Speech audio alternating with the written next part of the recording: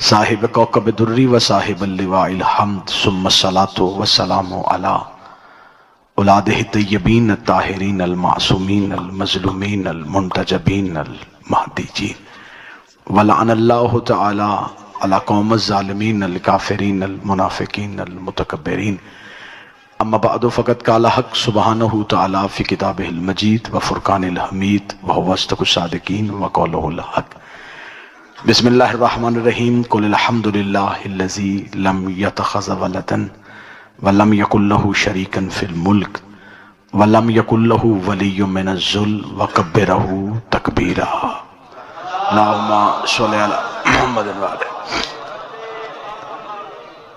محبان نبی و اہل بیت نبی دعا ہے کہ آل محمد کا عظیم خالق اس عظیم ترین عبادت کو اپنی بارگاہ میں شرف قبولیت عطا فرمائے۔ رب العزت بحق کے صاحبان عزت اس باعزت ذکر کے صدقے سے بانیان کے، حاضرین کے، ذاکرین کے رزق معرفت میں اور اس کے ولایت میں اضافہ فرمائے۔ اس وقت تک کسی محب عزادار کو موت نہ آئے جب تک والی کربلا کے نوری محل کی زیارت نصیب نہ ہو جائے۔ حجت دوران ضرورت زمانہ وارث خانہ پروردگار رہبر معظم سرکار حضرت ولی العصر کے ظہور میں تعجیل فرمائے، مالک کا قرب نصیب فرمائے، انتظار نصیب فرمائے، دیدار نصیب فرمائے، نصرت نصیب فرمائے، مالک کے قدموں میں شہادت کی موت نصیب فرمائے۔ دعائیں قبولیت کی آخری درجے تک پہنچائیں، سہارا درود کا دیں اور بلند آواز سے صلوات پڑھیں۔ اللہم صلی علی محمد۔ اجازت ہے ذکر شروع کیا جا سکتا ہے۔ شیعہ مذہب ایک انتہائی مدلل اور مہذب مذہب ہے۔ ہمارے ہاں کسی کو ماننا بھی جائے تو دلیل سے، ہم کسی کو چھوڑتے بھی ہیں تو دلیل سے۔ نہ ہمندی محبت کے قائل ہیں، نہ ہمندی نفرت کے قائل ہیں۔ یہ مدلل ترین مذہب ہے، دلیل والا مذہب ہے۔ یہ واحد مذہب ہے جو روایتوں سے نہیں چلا، قرآن کی آیتوں سے چلا۔ ہمارے ہاں یہ دیکھا نہیں جاتا کہ کون راوی کیا لکھ رہا ہے، ہمارے ہاں یہ دیکھا جاتا ہے کون معصوم کیا کہہ رہا ہے۔ ہمارے ہاں اطاعت ہے تو صرف معصوم کی، غیر معصوم کی اطاعت نہیں ہے۔ ہم معصوم کی اطاعت کرتے ہیں۔ یہی وجہ ہے کہ میرے مذہب کی ہر چیز قرآن سے ثابت ہے، اس لیے کہ قرآن معصوم ہے اور وارثان قرآن جن سے ہم نے دین اور شریعت لی وہ بھی معصوم ہے۔ ہمارے ہاں قطعاً کسی راوی کی روایت کی گنجائش نہیں ہے۔ ہمارے ہاں یہ تہذیب ہی نہیں ہے کہ نوکر جگانے کے لیے آئے، جملہ اچھا لگے تو اذان بدل دیجیے۔ ہمارے ہاں یہ تہذیب نہیں ہے، ہمارے ہاں یہ نظام ہے ہی نہیں کہ جنگ کے قیدی لا کے کھڑے کیے جائیں، ان کے کھڑے ہونے کا انداز اچھا لگے تو نماز کا طریقہ بدل دیا گیا۔ بسم اللہ۔ ہمارے عقائد بڑے خوبصورت ہیں۔ زمانہ نفرت کرتا ہے تو شاید ذاتی ضد کی وجہ سے کرتا ہے، لوگ ہمارے عقائد سے نفرت نہیں کر سکتے۔ بحث کرنی ہے تو لوگ آئیں، شیعہ عقائد پڑھیں کہ شیعہ عقائد کیا ہے۔ ہمارے ہاں سب سے پہلا عقیدہ توحید ہے۔ اللہ کو وحدہ لا شریک سمجھتے ہیں، بے مثل و بے مثال سمجھتے ہیں، خالق کے کون و مکان سمجھتے ہیں، 14 کا بھی خدا سمجھتے ہیں۔ ہمارے ہاں عقیدہ توحید انتہائی بہتر ہے، اور ہمارے ہاں عقیدہ توحید اس لیے بہتر ہے کہ ہم نے توحید بت پرستوں سے نہیں سیکھی، ہم نے توحید کعبے کے مالک سے سیکھی۔ اس لیے ہمارا عقیدہ توحید خراب نہیں ہو سکتا، ہمارا عقیدہ توحید بڑا بہتر ہے۔ زمانہ اعتراض کرتا ہے کہ جی شیعہ جو ہیں یہ حضرت علی کو معاذ اللہ یہ شاید خدا سمجھتے ہیں، ہم علی کو خدا کہہ کے ہم علی کے فضائل پہ بند کیوں باندھیں؟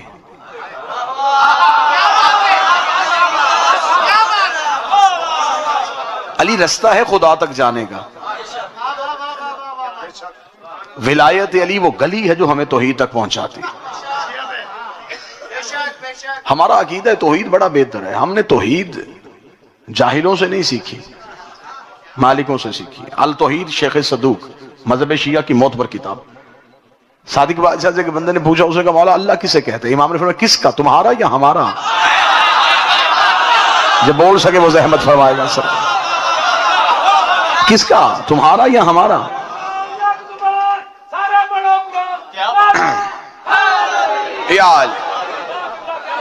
اس نے کہا مولا اللہ دو تو نہیں ہوتے، اللہ تو ایک ہوتا ہے۔ امام نے فرمایا ہر انسان کے ذہن میں خدا اپنا ہے، ہر انسان کے ذہن میں خدائی کا تصور ہے، اور وہ جس تصور کو اپنی انتہا سمجھتا ہے اسے وہ خدا کہہ دیتا ہے۔ تمہارے ذہنوں میں خدا کا تصور کیا ہے؟ تم کسے خدا کہتے ہو؟ تم نے دیکھا نہیں۔ جو چیز دیکھی جا سکے نا جی اس کا تصور ہو سکتا ہے، دیکھا تو ہے ہی نہیں۔ آواز کی مشابہت پتہ چل سکتی ہے کہ یہ آواز اس سے ملتی ہے، لیکن اگر حقیقی آواز سنی ہوئی، وہ خدا نظر آیا نہیں، بولا وہ خدا ہے نہیں۔ یہ سارے مسلمان مانتے ہیں جی اللہ نے قرآن میں لکھا آتا کا حدیث موسیٰ، کیا تم بھول گئے وہ موسیٰ والی بات جب ہم موسیٰ سے ایک شجر سے بولے تھے؟ یہ اللہ کے بولنے کی ایک دلیل ہے جو مسلمانوں کے پاس قرآن میں محفوظ ہے۔ توجہ صاحبان فرمائیے گا، میں پہلا نتیجہ سماعتوں کو ہدیہ کرنے لگا۔ یہ ایک دلیل ہے مسلمانوں کے پاس اللہ کے بولنے کی، وہ کہتے ہیں کہ اللہ قرآن میں کہتا ہے کہ میں بولا ہوں اور شجر سے بولا ہوں۔ حضرت موسیٰ سے اللہ بولتے تھے، گفتگو کرتے تھے۔ موسیٰ کو کلیم اللہ کہا جاتا ہے، اللہ سے باتیں کرنے والا، اللہ سے گفتگو کرنے والا۔ یہ واحد نبی تھا جسے اللہ نے اتنا اختیار دیا تھا، یہ اللہ سے بات کر سکتا تھا۔ جو میری طرف صاحبان فرمائے، یہ اللہ سے گفتگو کرتا تھا۔ اب آپ نے پوچھا وہ اللہ کہاں سے گفتگو کرتا تھا؟ مفسرین نے لکھا شجر تھا۔ شجر کا معنی جس نے لکھا اس نے کہا ایک درخت تھا جس سے اللہ بولتا تھا۔ زمانہ طالب علمی سے لے کے زمانہ منبر تک میں مفسرین کے سامنے ہاتھ جوڑ کے بیٹھا ہوں کہ مجھے وہ درخت بتاؤ، وہ کون سا درخت تھا جس سے اللہ بولتا تھا؟ وہ کیکر کا تھا، وہ شیشم کا تھا، وہ بیری کا درخت تھا، کیونکہ جس درخت سے اللہ بولا ہو، آج اس درخت کے تو پتے کھانا بھی شفا ہوں گے، کیونکہ یہ ہے وہ عزت والا درخت جس سے اللہ بولا کرتا تھا۔ تو لہٰذا ہمیں بتاؤ، ہم اسے گھر میں برکت کے لیے لگائے، ہم اس کے پتوں کو شفا کے طور پہ استعمال کریں، لیکن کسی نے یہ نہیں بتایا، سب یہ لکھا شجر ہے، شجر ہے، اور اس کے نیچے لکھ دیا ایک درخت تھا جس سے اللہ بولتا تھا۔ یہ کوئی بھی نہیں بتا رہا وہ درخت کہاں سے تھا، وہ کس چیز کا بنا ہوا تھا، وہ درخت کون سا متبرک ترین درخت تھا جس سے اللہ بولتا تھا۔ سب نے درخت درخت درخت لکھ دیا۔ میں بھی زمانہ طالب علمی سے لے کے زمانہ منبر تک وہ سوچتا رہا کہ وہ بتایا جائے وہ درخت کون سا ہے، لیکن جب نجف میں جا کے علی کی سری پہ سجدہ کیا، میں نے زیارت کی کتاب کو اٹھایا، زیارت امیر المومنین پڑھتے پڑھتے ایک جملہ آ گیا، السلام علیکہ یا شجرۃ النداء، اے بولنے والے شجر تجھ پہ میرا سلام، اے بولنے والے شجر تجھ پہ میرا سلام۔ تب مجھے پتا چلا جو بولا تھا وہ اللہ تو تھا ہی نہیں، وہ جو درخت تھا وہ شجر تھا، وہ شجر سے مراد علی ہے۔ جب مجھے پتا چلا شجر علی ہے، تب مجھے قرآن کی دوسری آیت بھی سمجھ میں آ گئی، آدم اس شجر کے قریب نہ جا رہا۔ بسم اللہ بسم اللہ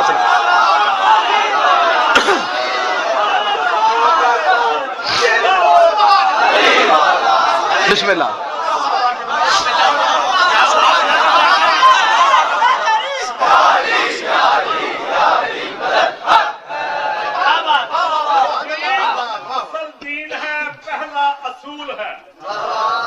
توحید اصل دین ہے، پہلا اصول ہے، رب قدیر کے سبب شان رسول ہے۔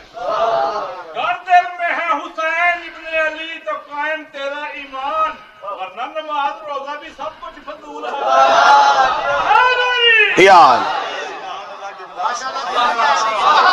میں مخاطب ہوں توحید پرستوں سے، آؤ اللہ بھی سننا ہے تو علی ولی اللہ والوں سے سنو۔ ہم تمہیں بتائیں کہ کتنی پاک ذات کو اللہ کہتے ہیں، جس کے مظہر کو علی کہا جائے وہ اللہ کیا ہوگا؟ کتنا چھوٹا رکھ دیا مولوی نے اللہ کا تصور۔ میں تو پوری دنیا میں ہاتھ جوڑ کے لوگوں سے پوچھتا پھرتا ہوں مجھے عقیدہ توحید تو بتاؤ۔ علی ولی اللہ تو بعد میں سمجھو گے، پہلے توحید کو تو سمجھو۔ تمہارا تو پہلا زینہ ہی ٹھیک نہیں۔ 5 دفعہ مولوی دن میں لاؤڈ سپیکر میں کہتا اللہ اکبر، اللہ سب سے بڑا ہے۔ یہ کوئی نہیں بتاتا کہ تم نے مطابقت کس سے کی، کس سے بڑا ہے۔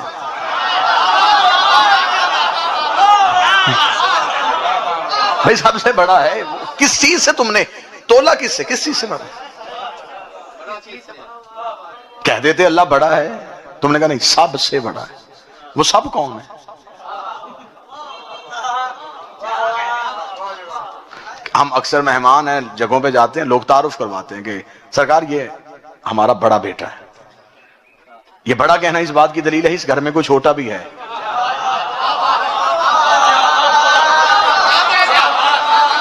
جس گھر میں کوئی چھوٹا ہو تو اس گھر میں ہی کوئی بڑا ہوتا ہے.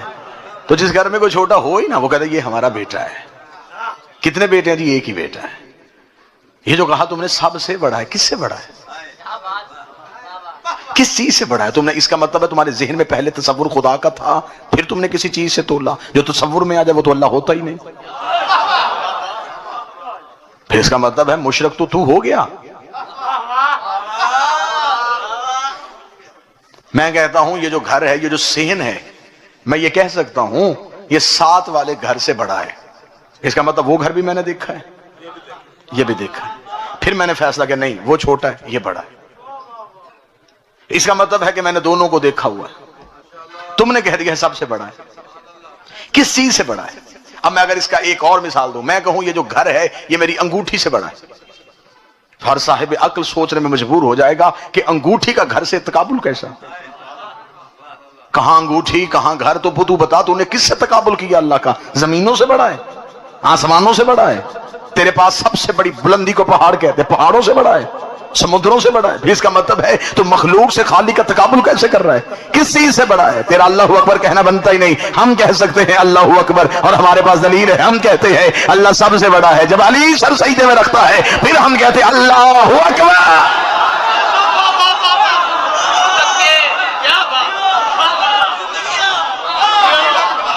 جو اتنے عالین میں بڑا ہے پھر اس کا حق بنتا ہے کہ اسے اللہ اکبر کہا جائے. پہلے تو عقیدہ توحید بہتر کیا جائے، پھر تم کہیں جا کے تم ولایت تک پہنچو گے. ہزاروں سینکڑوں آیات قرآن میں سے ایسی ہیں، ہزاروں دلائل نکالے جا سکتے ہیں. ہر ایک مفسر نے ترجمہ لکھا ہوا ہے. خدا کہتا خلق السماوات والارض فی 6 ایام وکان عرشہ علی الماء. خدا کہتا میں نے زمین و آسمان کو 6 دنوں میں خلق کیا. وکان عرشہ علی الماء، اور تب میرا عرش پانی پہ کھڑا تھا. یہی لکھا جا رہا ہے. یہ ہاتھ باندھ کے طالب علم پوچھنے لگا ہے. تم نے لکھا ہے کہ خدا کہہ رہا خلق السماوات والارض فی 6 ایام، زمین و آسمان خلق ہوئے 6 دنوں میں. دن کا تعلق ہے گردش لیل و نہار سے. مکمل ہو دن رات چھائے، یہ گردش لیل و نہار، یہ دن اور رات کی وجہ ہے. دن ہوتا ہے سورج سے، رات ہوتی ہے سورج کے چلے جانے سے. جب کچھ تھا ہی نہیں پھر دن کہاں سے آئے؟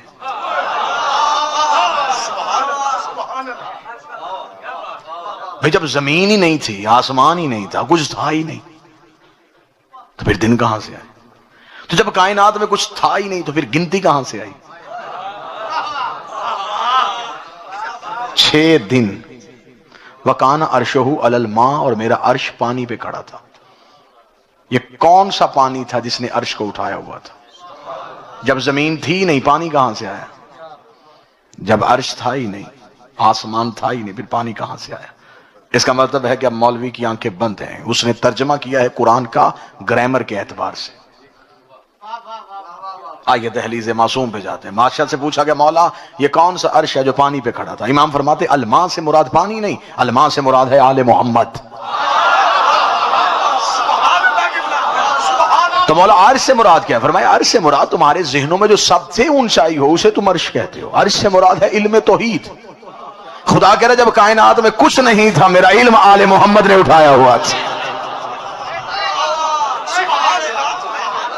جب کائنات میں کچھ بھی نہیں تھا میرا علم آل محمد نے اٹھایا ہوا. بات مشکل تو نہیں ہو رہی؟ انہوں نے کہا اچھا مولا. سامنے بیٹھے ہوئے سائل نے کہا اگر آپ نے ہی توحید کا علم اٹھایا ہوا تھا اس کا مطلب پھر جو اس کا علم ہے وہ آپ کے پاس ہے، پھر وہ اللہ کیسا؟ اس نے تو سارا علم اگر آپ ہی کو دے دیا ہے پھر اس میں اور آپ میں فرق کیا ہے؟ فرمایا جو اس نے ہمیں دیا اسے وہ عرش کہتا ہے، جو اس نے اپنے پاس رکھا اسے وہ کرسی کہتا ہے. کرسی ہے اللہ کا علم ذات جو اس نے اپنے پاس رکھا صرف اپنے اللہ ہونے کے لیے. جو اس نے ہمیں دے دیا وہ عرش ہے. کائنات میں جو بھی چیز ہے وہ عرش سے ہے، اور جو عرش ہے وہ کرسی سے ہے. کرسی ہے علم توحید، عرش ہے علم آل محمد، جو اس کے پاس اس کا مخصوص علم ہے اسے وہ کرسی کہتا ہے، جو ہمیں وہ دیتا ہے اسے وہ عرش کہتا ہے۔ فرمایا جب ہمارا جد معراج کی رات اس عرش کو چیرتا ہوا کرسی کے قریب ہو گیا تھا، اگر تھوڑی دیر ہو جاتی تو عرش کرسی ہو جاتا، کرسی عرش ہو جاتی، عرش کرسی میں بدل جاتا، کرسی عرش میں بدل جاتی۔ پھر اس نے آواز دے کے کہا کوئی ہے جو عرش کو ادھر روکے، کرسی کو ادھر روکے۔ درمیان میں ایک پردہ آ گیا، پردے نے کرسی کو ادھر رہنے دیا، عرش کو ادھر رہنے دیا۔ وہ جو درمیان میں پردہ آیا معصوم کہتے اسے ولایت علی کہتے ہیں، اسے پردہ ولایت کہتے ہیں۔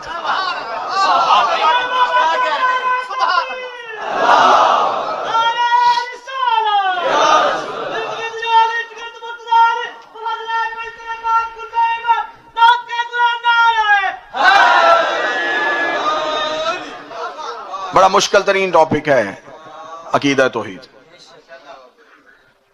اگر وہ عرش پہ ہے اور زمین پہ نہیں تو پھر معاذ اللہ پھر وہ بھی اللہ نہیں، جو ایک جگہ پہ ہو دوسری جگہ پہ نہ ہو وہ اللہ ہوتا ہی نہیں۔ اگر اسے کہیں گے کہ وہ ہر جگہ پہ ہے تو پھر ہم حلول کے قائل ہو جائیں گے۔ حلول کسی چیز میں وہ کرتا نہیں۔ اگر کسی ایک جگہ پہ وہ رکا ہوا ہے تو پھر یہ بھی عقیدہ توحید نہیں، کیونکہ وہ جمود میں نہیں آتا۔ اگر کہتے کبھی ادھر ہوتا ہے کبھی ادھر ہوتا ہے تو اس کا مطلب وہ متحرک ہے، جو متحرک ہو وہ بھی اللہ نہیں ہوتا۔ پھر آپ ہمیں بتاؤ کہ آپ نے پھر کہاں سے اللہ ماننا ہے؟ اس کا مطلب ہے کہ یہ مظہر توحید ہے، ان کی حرکت اس کی حرکت ہے، ان کا بیٹھنا اس کا بیٹھنا ہے، یہ مظہر ہے، یہ وہ صفات ہیں جنہوں نے اللہ کو ظاہر کیا۔ اس وقت اس پنڈال میں روشنی ہے، روشنی کس وجہ سے؟ اس لائٹ کی وجہ سے۔ یہ لائٹ روشنی کا مرکز نہیں، روشنی کا مظہر ہے۔ اس کے پیچھے ایک طاقت ہے جس نے اسے روشن کیا۔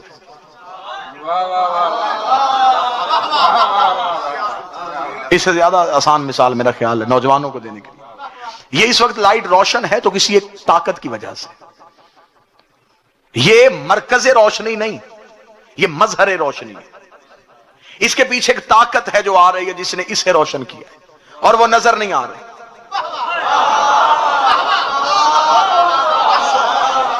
اس کا اقرار اس کا اقرار ہے۔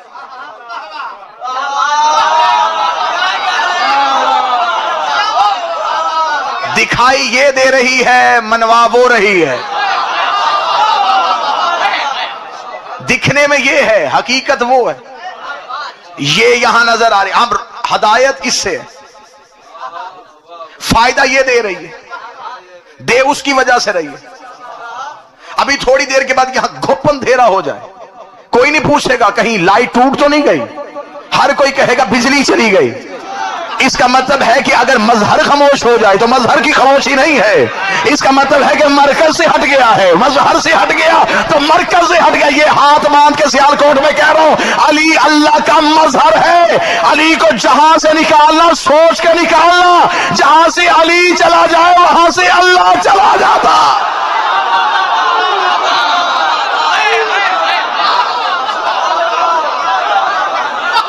بسم اللہ سر۔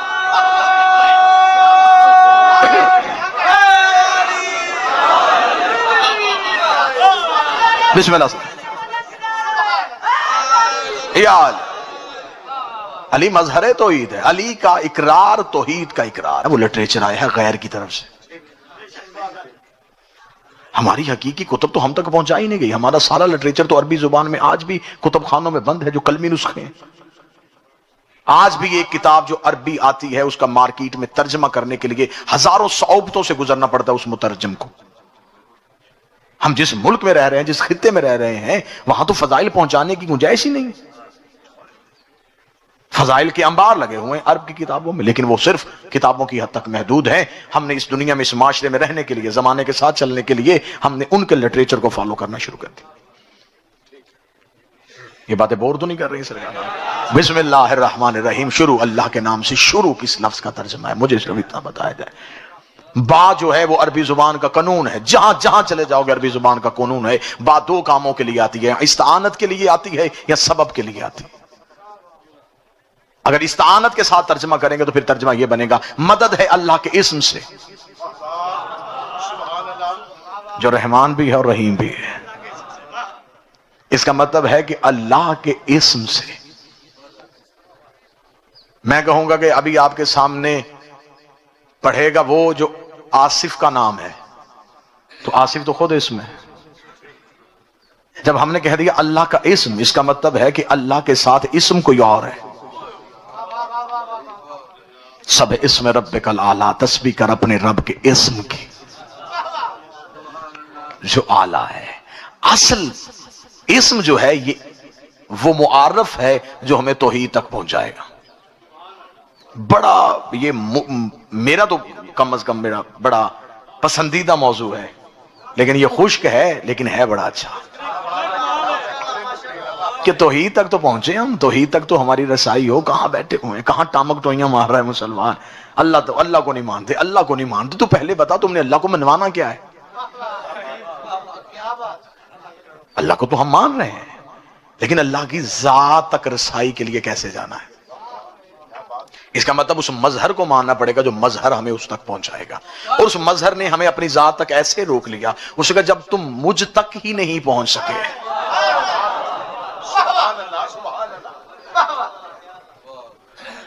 ہماری رسائی تو اس تک ہوئی نہیں. اشہد ان لا الہ، ہم گواہی دیتے ہیں کہ اللہ ہے. الشاہد ہو و حاضر علی شیء، گواہی کا اصول ہے گواہی وہ دے جو چیز پہ حاضر ہو. بندے عدالت میں جا کے گواہی دیتے ہیں، جج پوچھتا ہے کہ پہلے یہ بتا تو نے آنکھوں سے دیکھا ہے؟ تم کہتے ہو اشہد ان لا، میں گواہی دیتا ہوں کہ اللہ ہے. دیکھا ہے؟ یہ گواہی کیوں دی؟ اس کا مطلب یہ سب سے پہلے کسی اور نے کہا تھا. اشہد ان لا الہ الا اللہ، یہ جملہ کسی اور زبان سے نکلا ہے، وہاں سے ہم نے کاپی پیسٹ کیا ہے. کہا اس نے ہے، ہم نے اقرار کیا ہے. اس نے کہا تھا کہ میں گواہی دیتا ہوں کہ وہ ہے، اور میں نے سن کے نہیں گواہی دی، میں نے دیکھ کے گواہی دیا. مجھے نہیں پتا کہ اگلی صدر میں میں تنہا رہ جاؤں گا، یہ کوئی بندہ میرے ساتھ چلے گا. اس کا مطلب پہلی بار ان 14 کی زبان سے نکلا کہ ہم نے دیکھا ہے کہ وہ ہے، ہم دیکھے آئے ہیں کہ وہ ہے. ہم نے ان کی گواہی پہ گواہی دی. ہم نے کہا اگر یہ کہہ رہے ہیں تو پھر وہ ہے. اس کا مطلب ان کی ہے کو توحید کہتے ہیں. تو جن کی گواہی سے اس کی توحید مانی جائے، ان کی گواہی پہ سوچا نہیں کرتے.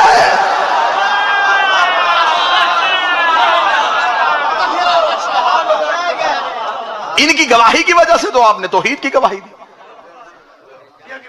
یہ اللہ منوانے آئے تھے، اللہ بننے نہیں آئے تھے. انہوں نے توحید کو منوایا.